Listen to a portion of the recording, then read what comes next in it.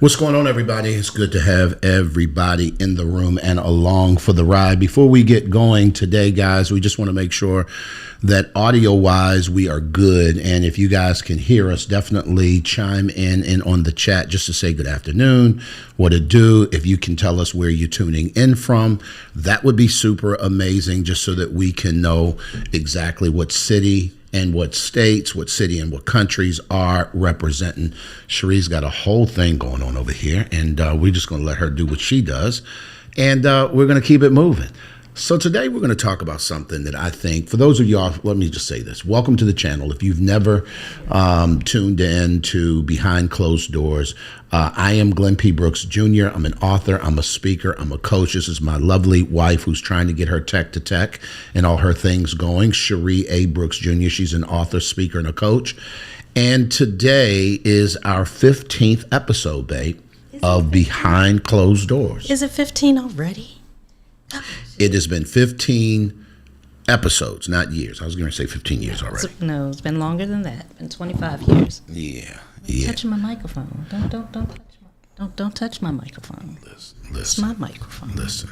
It's mine. If you guys are, look, all right, I need you to cut that out because that was inappropriate. Anyway, so listen. If you can hear my sound effects, let me know. I'm just trying to test to make sure that we are good to go in terms of all of our sound effects. Looks like we've got two people chimed in on the chat. Y'all, we want to make this as a interactive opportunity as possible today. And the reason why, Cherie, is because I was almost triggered by something I saw online earlier this week. And it really messed me up because I realized that this is part of the problem in many of our relationships, in that we really, in a lot of ways, we don't trust each other. So today we're going to talk a little bit about sort of this idea when the trust is shattered. There are things that are said oftentimes that we mean them in the emotional moment, but we really don't mean them. And I know we're going to get pushback and people say, nah, you said it, you meant it. No, there are a ton of things that you wish that you could get back if you had the chance to sort of think it through.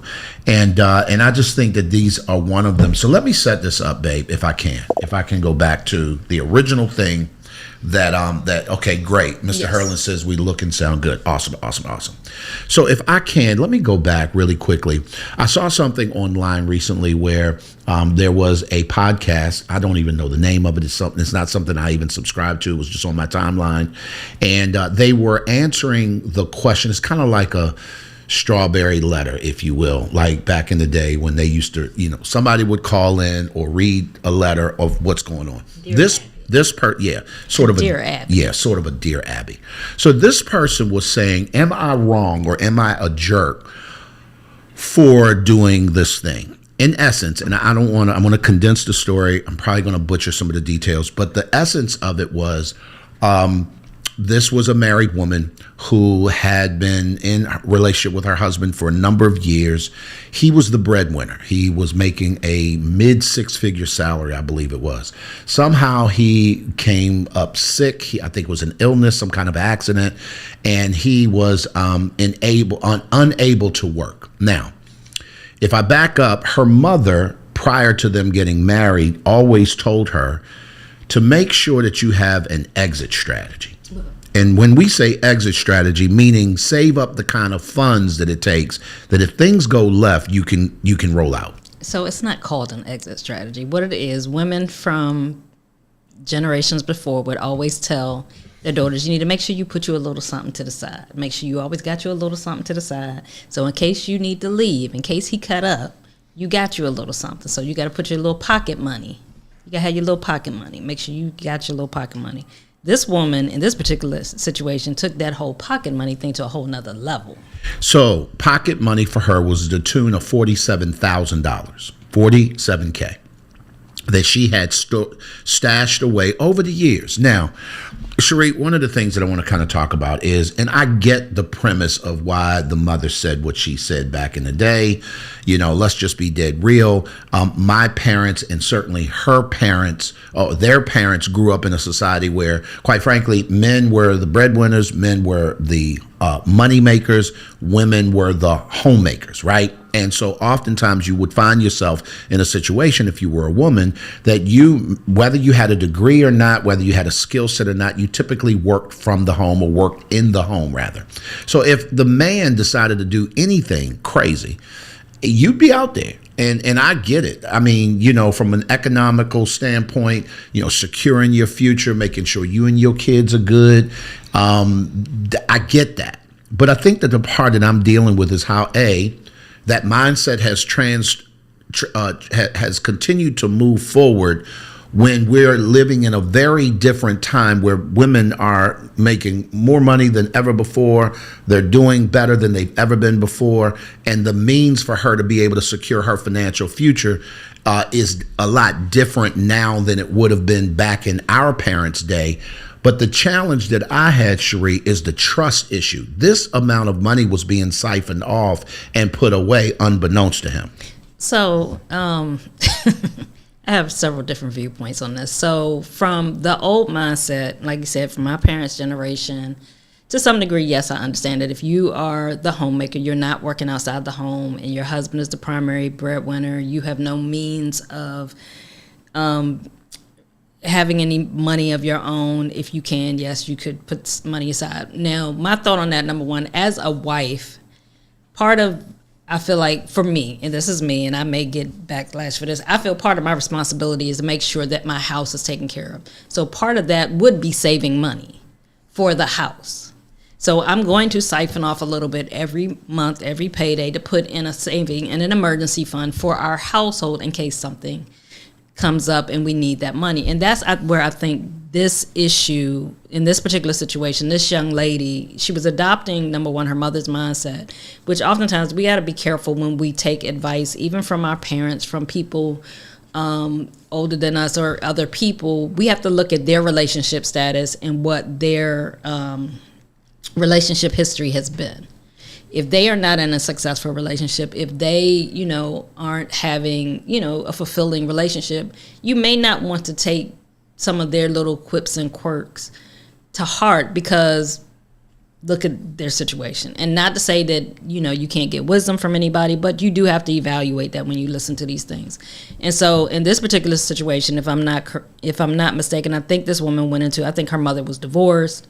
It was a whole thing, but whether she was married or not is regardless. But the point is that she hid this money that she had been siphoning off for years to build up this $47,000 in savings. That's number one violation. Number one, the fact that she hid it, that this was something she was doing behind her husband's back. He did not know that she was saving money. And some of you may be saying, well, that's the whole point of having your little pocket money. But that's the problem with trust. In a marriage, there should be no secrets. If I have a savings account, you should know I'm saving money. If we decide we're both going to have, I'm going to have my money, my little account that's for me, and you can have an account that's for you, that's fine. But this is a communication, and this is the problem, that couples get married, but their money does not. I need you to pump the brakes, and we need to slow down, and we need to unpack that right there. For those of you guys that are just jumping in, welcome to this live edition of Behind Closed Doors. If you can, wherever you are seeing us from, do us a favor, share this out. If this is a replay for you, put hashtag replay in the chat. And we're having a conversation around when trust erodes, or when it explodes, or when it's shattered. Oftentimes what it does is it puts us in a position where we begin to say and do things that we wish we had thought through. And I really want to get some of y'all's feedback on what y'all's take is on some of this, because I think that unfortunately there are too many relationships that are coming unglued because of a lack of trust. And the truth of the matter is that you don't even realize that you're not trusting each other until there's pressure applied to your situation. So if we go back to the scenario, one of the things that I want to just kind of say, Cherie, is that I wholeheartedly agree with the fact that, and let me just full disclosure. Many of you guys who know us, if we've coached you, if you've come through any of our business programs, you know that Cherie is the CFO of our company, right? She also is the CFO of our household. And it's been that way for the last 25 years. So let me say this. There have been times in our relationship where I was the breadwinner and I was bringing in, I mean, even if I dated back to right before we got married, I bought our house on my name and my credit. And then I had to do a quick deed. I think that was what they call it, babe, a quick deed to put you on the deed because it just wasn't advantageous in our financial situation for us to go into it with both. I was the breadwinner. I was making 90% of the income that was coming in, was coming. It was probably a 90-10 ratio in terms of what we made up.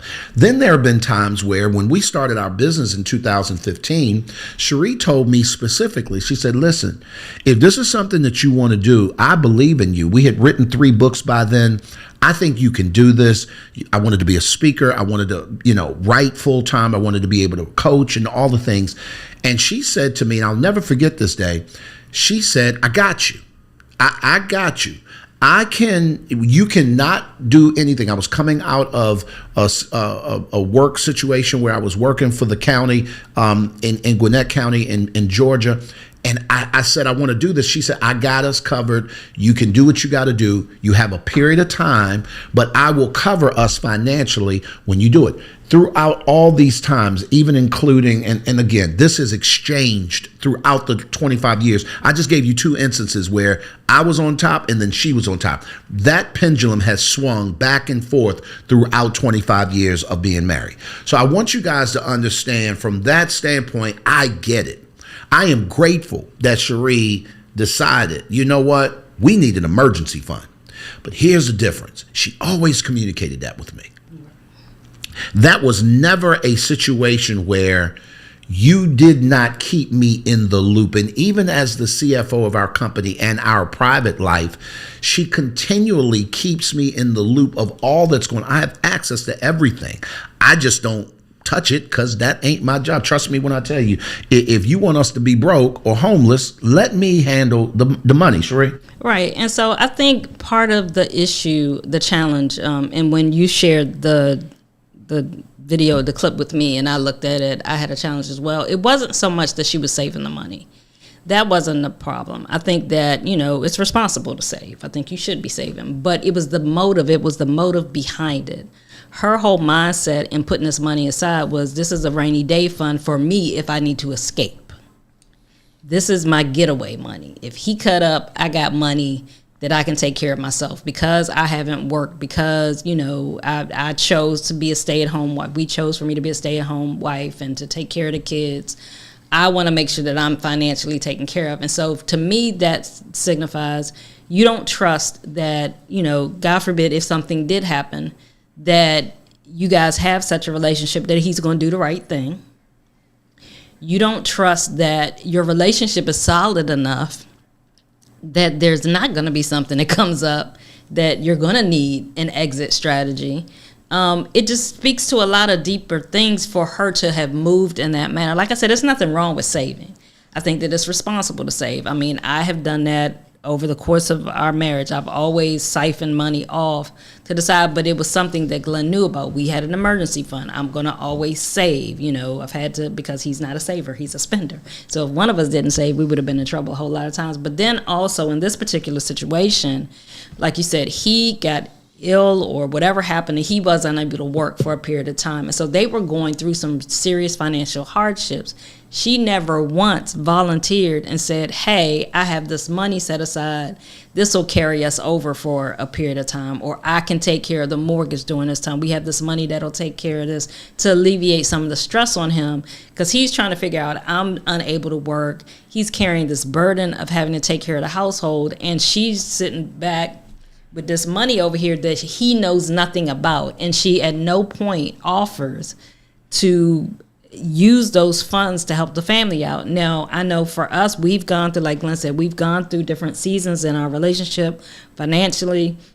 there have been times when I've, saved money. We've had money in the emergency fund and something has come up for whatever reason and there was a need in the household. I would pull the money from that for the household. It was not there for me, for my pleasure, for me to do what I wanted to do with it. It was for the household. And I think that's where I have the bigger challenge. It's not that she saved the money. It's the fact that it was done in secrecy.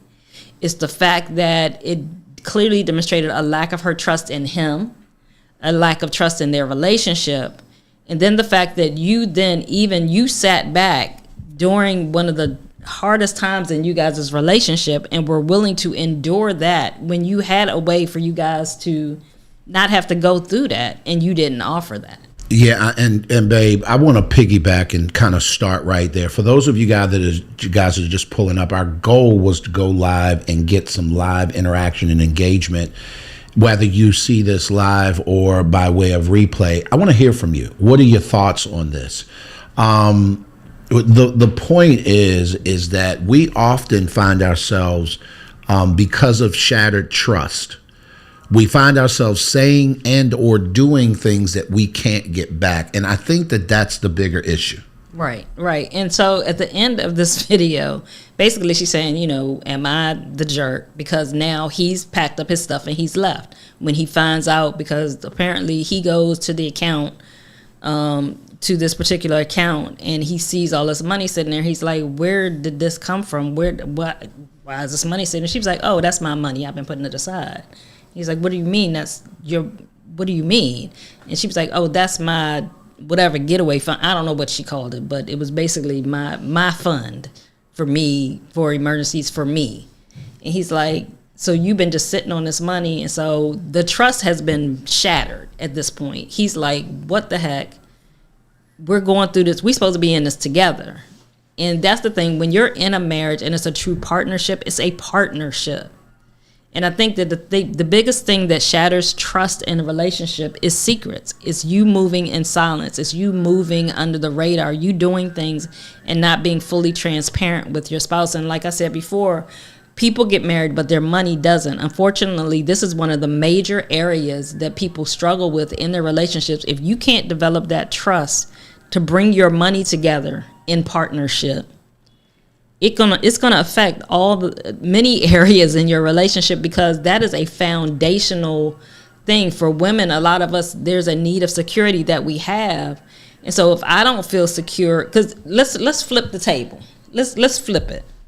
Say you got $47,000 stashed over an account that I don't know about, and I stumble upon it and find it. How are you gonna feel, ladies? That's a question. I want y'all to put that in the chat. How would you feel if the table was turned, if you found out your husband got almost $50,000 sitting over an account that he didn't tell you about, and he talking about that's his money, but you guys are eating ramen noodles and hot dogs and beans because things are tight? Listen, for those of you guys who are just jumping in, this is Behind Closed Doors with the Brookses. We come on this platform here on YouTube every single Thursday. We're either dropping a video or we're coming to you guys live, because we're talking about all things marriage, all things parenting. Cherie and I are relationship coaches. We've been doing this for a number of years. We've written 9 books between the two of us. If there's anything that we're saying that you feel like you need help on, go to our website, Glenn P. Brooks Jr. LLC, and I promise you, at that particular point, you'll find some kind of tool that can help you do what needs to be done. Cherie, I want to say this really quickly because you posed this to the ladies. I remember years ago when you and I had a situation around money where you were feeling really unfulfilled on your job. You were feeling like, you know what, I don't want to be here anymore. This is not a good look. And you were talking about quitting, leaving the job and going into real estate. I never will forget this. You were taking the real estate exam and that sort of stuff. And the goal originally was to do it part-time, right? To be able to sell real estate on the side and that sort of stuff. Now, full context, you're not a salesman. On no level is Cherie a salesman. She despises selling. As a matter of fact, if I'm really honest, and she'll tell you this, that was part of the reason why she didn't like me, because I was a salesman. It seemed like every time I talked to her, I had an angle, or I was pushy, or I was trying to get her to do something that she may not want to do. But the crazy thing was, I went with it. I said, you know what, if this is something you really want to do, because I remember you were going through a period of time in your life where you were feeling unfulfilled in your career, in all of the things that you were supposed to be doing. And I seemed to be, and I think I was, really fulfilled. And I think that irritated you, not to the point to where you were jealous of me, but it's like, well, where's mine? Like, I want to be fulfilled. I want to be passionate about getting up and going to get to do what I do for a living every day. So this was part of that. You were going to the job and you were irritated. I remember the day where you came home and you told me that you had quit. You basically told these people to take their job and shove it. And I was freaking mortified. And the reason why was not because we were not going to necessarily make it financially and this put us in a problem. It was the fact that she never said a word to me. That messed me up, y'all. So much so, and I'm going to tell y'all so that y'all are super clear. I thoroughly considered leaving my wife. And I don't know if I've ever really talked about that at length. I was so hot and I was so angry and I was so, I felt so betrayed because this is our livelihood. Now, somebody might say, but it's a job, Glenn. Like, people get jobs. No. It's the fact that you could make a life-changing move like that and not say a word to me, having done it, and then come back and tell me, guess what? I quit my job. And then I'm supposed to be excited for you. Why are you laughing? Right. If I have to be honest, my mindset at that point in time was, like you said, I was focused on my fulfillment. I was being selfish. I was being completely selfish. I was not considering you. I was not considering how it was going to impact us. And that was wrong because, like I said, we are in a partnership. Although I had, expressed briefly that this was something that I wanted to do, we had not game planned and said, okay, so let's make sure financially we're set. Let's make sure, we didn't put the things in place for me to be able to actually create an exit strategy from my job. And that was a selfish move. And I think that that's the biggest thing when it comes to, a lot of times trust is violated in marriages because of selfishness, because you're thinking about yourself. And when I'm thinking about me and only me, I'm not concerned with you. And so I'm going to move in a manner that does not consider you. I'm not considering you. And that's what erodes at the trust. When you are married, you should consider your spouse in everything you do because you guys you're a partnership. You have joined together. Yes, you're two individual beings. You have your own mind. You have your own thoughts. You may have your own careers. But at the end of the day, you come together as a couple in a partnership, and therefore you need to consider it. It's just like if you own a business and you have a business partner. You can't make business decisions on your own without talking to your business partner. And so in marriage, it's the same thing. And in this particular situation, I violated the partnership because I made a decision without consulting with you. And so I had to apologize. I had to, make amends. I had to rebuild that trust with you by over communicating everything going forward before I made any moves to make sure that we were on the same page, because the last thing I wanted to do was to violate that trust. That wasn't my intention, but that's what my action did. So let's pick it up from right there, Cherie, because in the back on the back end of today's show, I want to talk solution. And I want to talk about what it could look like. And this is where, Mr. Hurlin, I appreciate you for chiming in. This is where we certainly would love for you guys to chime in. Here's what I know. Every marriage is unique. Every relationship is unique. And there are things that work for you that wouldn't work for me. There are things that work for us that wouldn't work for you. And I'm very interested in the feedback of some things that you're doing, thoughts that you're having, that may help the greater community. Because, Cherie, I think that, and I was getting really passionate because I visited that moment in my mind just now talking about it, and that happened 20 years ago maybe. Yeah.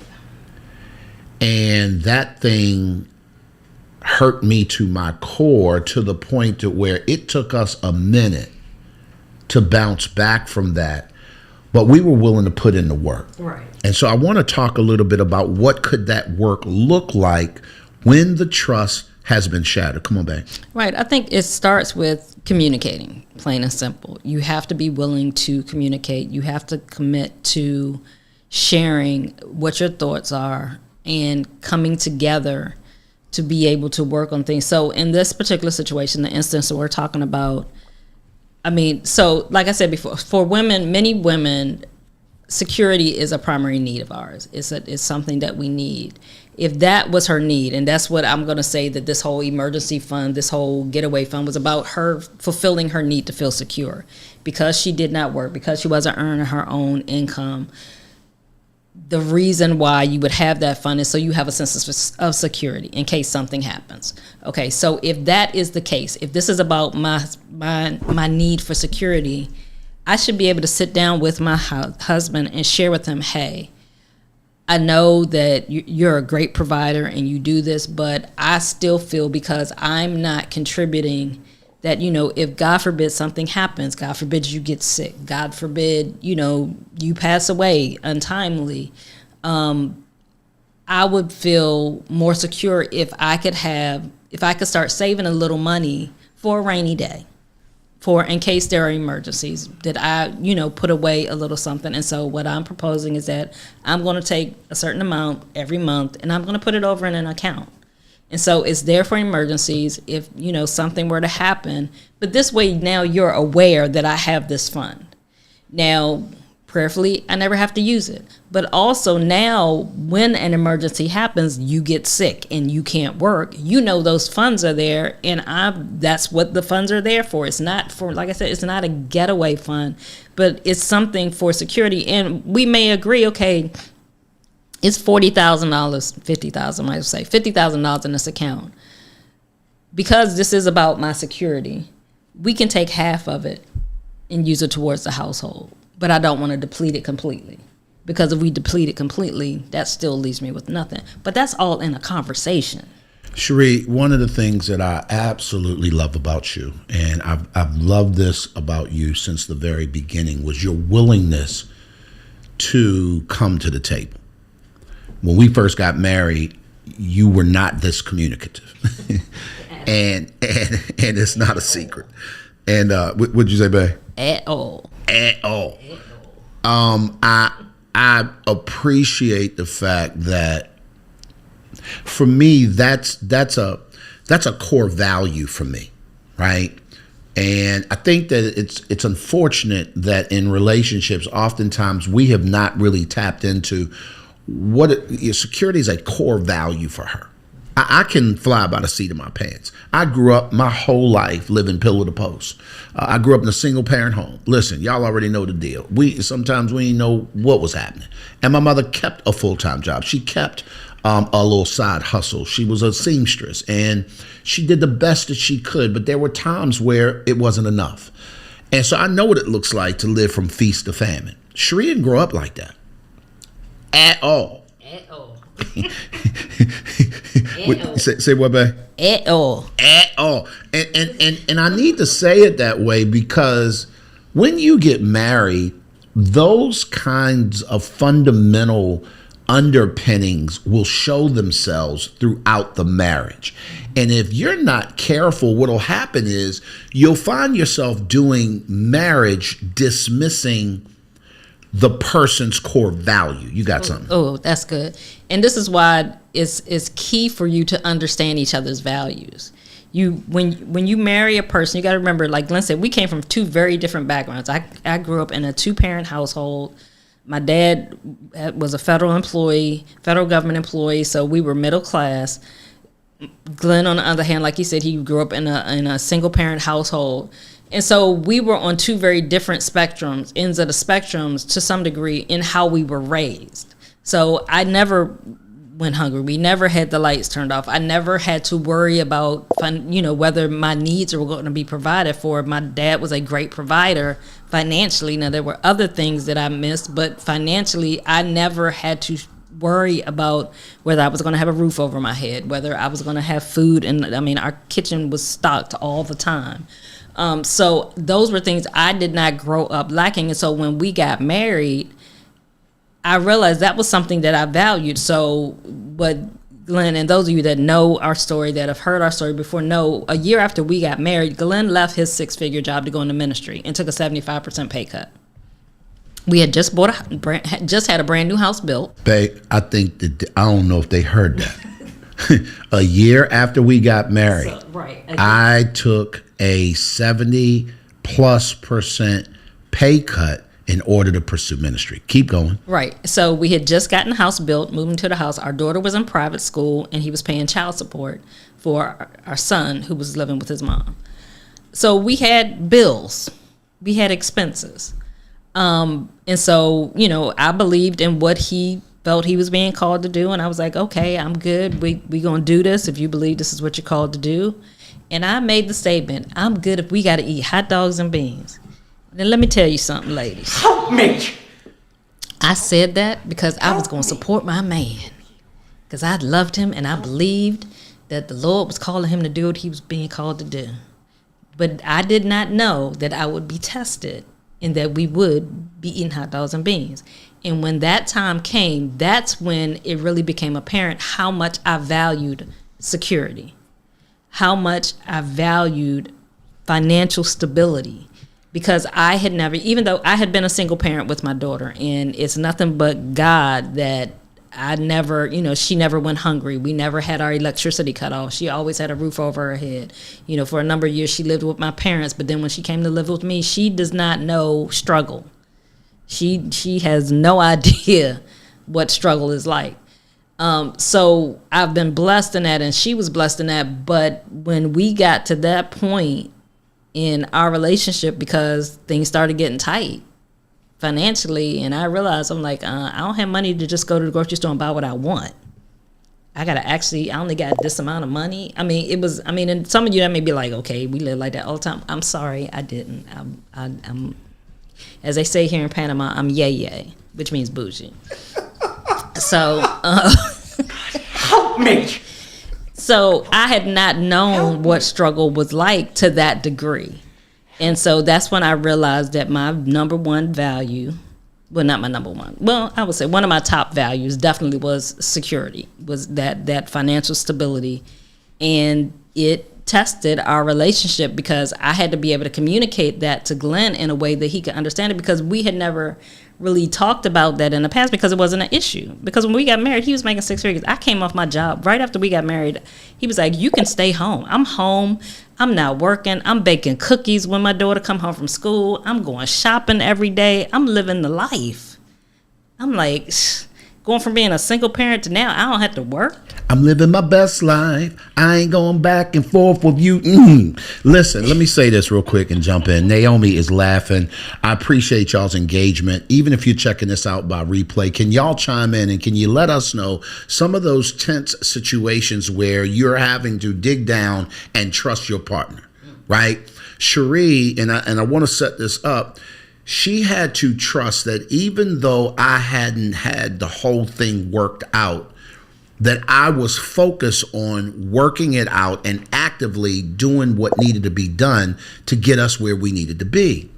And that's the only way that she could back up and give me space to be able to do some things and make some things happen. But you said something earlier, babe, and I want to make sure that we underscore this, is that all centered around great communication or being willing to communicate. You got something back? Right. So once it became apparent that, hey, this is a value of mine that's not being met, we had to sit down and have that conversation. I had to express to you, it's not that I don't still believe in what you're doing. It's not that I don't trust that you're doing all that you can to provide for us, but things are a little janky right now, and it's making me anxious. It's making me feel uneasy because I'm not accustomed to this. I need some form of stability. And for me, stability was not him going back to making 6 figures. It was there being consistent income. It was just being, because I was like, if I know what's coming in from week to week, I can work with that. I wasn't so bougie that I'm like, I gotta have the finest of everything. I've been in the military. I can make adjustments, but what I can't adjust with no plan. I needed to have a game plan. I needed to know what I was working with. And it had gotten to the point that there were weeks he'd get paid, there were weeks he didn't get paid. I mean, and that's, ministry can flow like that. And so, but that was where my stress level had increased and it got to be uneasy. But we were able to sit down and communicate and talk about it. And I think that's the key thing in relationships is you have to communicate your needs with your spouse. You have to communicate with them what your values are so that they can understand that, and so you both can respect what each other's values are so that you can grow together in your relationship to avoid these pitfalls, these things that can erode at your trust. Because if he had been the type of person that was like, well, I don't know what to tell you, this you agreed to this and this is what we gonna do, I would have had no trust in him as a provider at that point. I would have reverted back to being a single-minded woman that was a single mother. I'm going to do what I got to do to make it happen. I want to stop right there for a second, babe, and put a pin in that. We probably need to start taking some notes. Naomi says some things, and I don't want to speed by some of this stuff. We're talking about solution right now. We're talking about, okay, so you've got these issues that are apparent in the relationship where you guys are not fully trusting each other. I think that a fundamental way to correct that is to lean into what does it look like to be highly communicative. And when I say that, I mean from a skill standpoint. One thing, Cherie, you said that was just huge was how you presented that to me. It was, listen, I have a proposal. I am feeling this, and this. I get anxious when the bank account dips below this because I don't know what I'm working with. As a single mother, I'm used to making it happen, but now I have to consider you. Can I ask you to consider me by communicating to me where we're going and what the game plan is? If we switch gears for one quick second, an example would be when we decided to go into business full time. That was on the heels of 13 years of ministry, right? So not only did she agree to me taking a 70% pay cut to go into ministry, we never did financially recover from those days. After that 13-year run, 14-year run, Cherie got a chance to experience what it looks like to sacrifice. And let me take a quick second to speak to my believers for a second. A lot of times we will attack others or our spouses for having a lack of faith. Let me help you understand what faith really is. It's the substance of things hoped for and the evidence of things not seen. Here's what enables you to have faith in God, is that he did something for you to have faith in. That part. Faith is not blind. Faith is not, and I want to, talking to my black people, listen to me. Brothers, we are forever wanting to accuse our wives or our significant others for, I got you, babe. Hold your mute. We are forever accusing them of not supporting me. Let me help you understand something. She will support you to the nth degree as long as you are producing. Even before you produce the dollar, can I tell you, if you produce the communication, she'll ride with you until you get the dollar. The challenge is we want y'all just to have faith. Have faith in me. You ain't got no faith in me. Bruh, you ain't did nothing for her to have faith in. Let me just be real. And this pendulum can swing the other way. Sisters, you're starting a business and your husband doesn't believe in you. It's because you ain't did nothing yet. And so I need y'all to understand, and I didn't plan on talking about this way, babe, but I know who views us. I know the people who tune in and listen and will share this stuff out. Y'all jokers are two kinds of people in the same household. One is super creative and the other one is very buttoned up. One is a risk taker and the other one ain't. One is an entrepreneur mindset, has an entrepreneur mindset. The other one has an employee mindset. And then you get married. And like Cherie said, which came from our friend Keith Battle, then you get married, but your money don't. And I'm telling you that this all stems out of the inability to communicate. And I'm not talking about, babe, talking about what you don't know yet. There are times I don't know what we're doing. But if I communicate, babe, I'm afraid too. And here's the thing that I need. I need you to do this. And she says to me, I need you. And when you began to talk like that, it changed everything for me. I know you've been holding your mule, babe. Come on. No, I'm just, so the whole faith piece, so even when it comes to faith in God, we're going to keep this real simple. I'm not going to talk about having faith in your spouse. We have to our faith increases in areas when we're tested in that area. So yes, we have a blind faith. We have a blanket faith. You believe in God, you trust God. But when it comes to particular specific areas in your life, so let's say your finances, until you've been tested in that area, you can't truly say that you trust God in that, because you haven't witnessed God come through for you in that area. So yes, I can say across the board, oh, I know God got me, I know he trusts me, but I've never really been tested in that. When you've been tested in that, and you've seen God there were years I could look back at my income tax, and there's no way I should have been able to survive and do the things that I did, live without my power being cut off, do things that on black and white, it never made sense. But I knew that was God. Now, I'm not going to get super spiritual. I'm not going to get that. But even when it comes to your spouse, until you're tested in an area, until you're able to go through something with your spouse, like I said, there's a blanket trust and a blanket faith that we have in our spouse. But until it's truly tested, when it's tested, that's when you really know, oh no, I trust this dude. He got my back. I know that he got my back. I know that no matter what we go through, he gonna be there, because we done been through some stuff.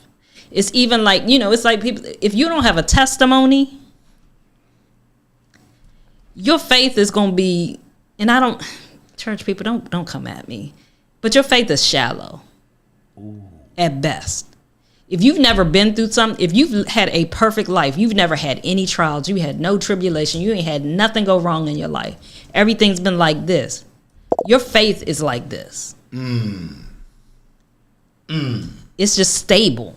But when you done been through something, when you've been through some hills and valleys in your relationship with this person, and you guys have come on the other side of it, there's a different level of faith you have in each other. And so to go back to this whole situation we were talking about, the reason why he left her was because we going through this hill and valley, and dude, you ain't riding here with me.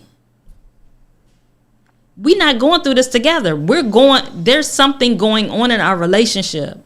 We've had some ups and downs, and when the downs came, you weren't down there with me. You stayed here. You let me fall all the way down here by myself. And you just riding. Because you got you a daggone exit strategy. You got you a daggone some pocket money. $47,000 of it, of which, quite frankly, he funded, because he was the only one that works. She ain't had no job. Cherie, listen. Now, we've been going in for the last 43 minutes, and we normally don't go this long, but I just felt led to just share. Share your thoughts. For those of you guys who are here, please share your thoughts. Put them in the comments. We're working on a ton of things, guys, to give you guys tools. There's some things that we got coming up really soon. Check out the website, GlennPBrooksJr.com. And just be selective. However we can help you as coaches, we've got whether it's a coaching program you need, whether it is a resource, maybe it's a book we've written, maybe it is an online course that we're creating, you name it. Our goal is to really leave a legacy of resources and tools. Cherie, before we go, one thing that I just want to make sure that people are clear, and we often say this, that marriage works when you do the work. Here's what you do not get to do. You do not get to profit from a work that you didn't do. Ooh. You don't get to do that in marriage. And a lot of times, if we use that scenario that we talked about, this woman was profiting from a work she wasn't doing. Come on. And because I'm going to come at the people because I can hear them in their mind saying, well, I mean, she was there raising the kids. She was taking care of the household. But it was not communicated. I'm not saying that she should not have received anything for her labor. I'm not saying that she should not have benefited from being in the household, from being his wife. But she was doing it in secret. That part. That is the issue. She was stealing from their household versus them having a conversation and saying, I don't care if the conversation, hey, because I stay here at home and I'm taking care of the kids, I'm taking care of the house, I want to have a monthly allowance and this is my money that I can do with it what I want. Consider it you're paying me a salary as the housekeeper, the maid, the teacher, the babysitter, whatever. But that's a conversation.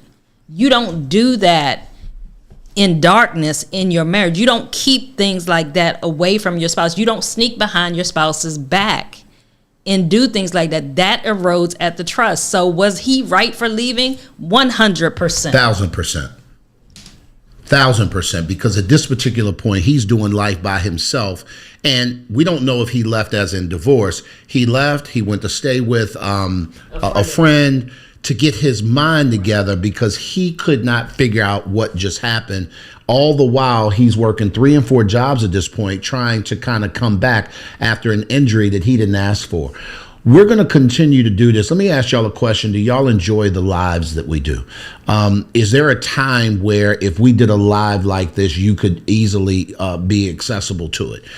Put those things in the chat, even in the replay, because Sheree and I have been playing with the idea of, I love uploading the videos that we do every Thursday at 12 noon. We're going to drop a new episode of Behind Closed Doors, but we've been playing with the thought of, should we be doing more lives? And the reason why I want to do them is because I want the interaction. I want the engagement. I want the live back and forth, you guys asking questions, us being able to answer them. And I love being able to give on the spot help because we all need some help, babe. This is crazy. Yeah. So guys, I hope you enjoyed this conversation today. We plan to come back with some more spicy conversations. It's a little spicy. That bite just turns me up. That bite. No, but seriously, I mean, we want you guys to have successful relationships. I believe that it's possible to have healthy, functional relationships, but we have to be willing to do the work. Having a healthy relationship does not happen just by happenstance. There is work that goes into marriage. We've been married now for 25 years, and it's been work. But it's work that we're both willing to do. It's work that we're willing to invest in financially, as well as our time to be able to ensure that we have the ultimate outcome that we want, which is for us to grow old together happily in marriage and to be able to leave a legacy for other people of what right looks like. Now, we're not perfect. We have our quirks, our quims, we have our issues. So in no way, shape, or form am I saying that we're perfect, but we are striving daily to have a healthy and functional relationship, and that's what we want for everybody else. Here's what we will tell you. At the end of the day, you can't get to any place of significance by yourself. And why is that, babe? Because we all need some help. Y'all be good. Do me a favor. Click the link. Subscribe to the channel if you've not done that already. Make sure you go to glennpbrooksjr.com. And what we really want y'all to do is to be here every single Monday, every single Thursday. We're going to drop an episode pre-recorded, but we're also toying with the idea of what would it look like for us to continue to come to you guys live. If there is a time frame that works for you, I'm just trying to get feedback, even if you catch this by way of replay, because Sheree and I are committed to this work.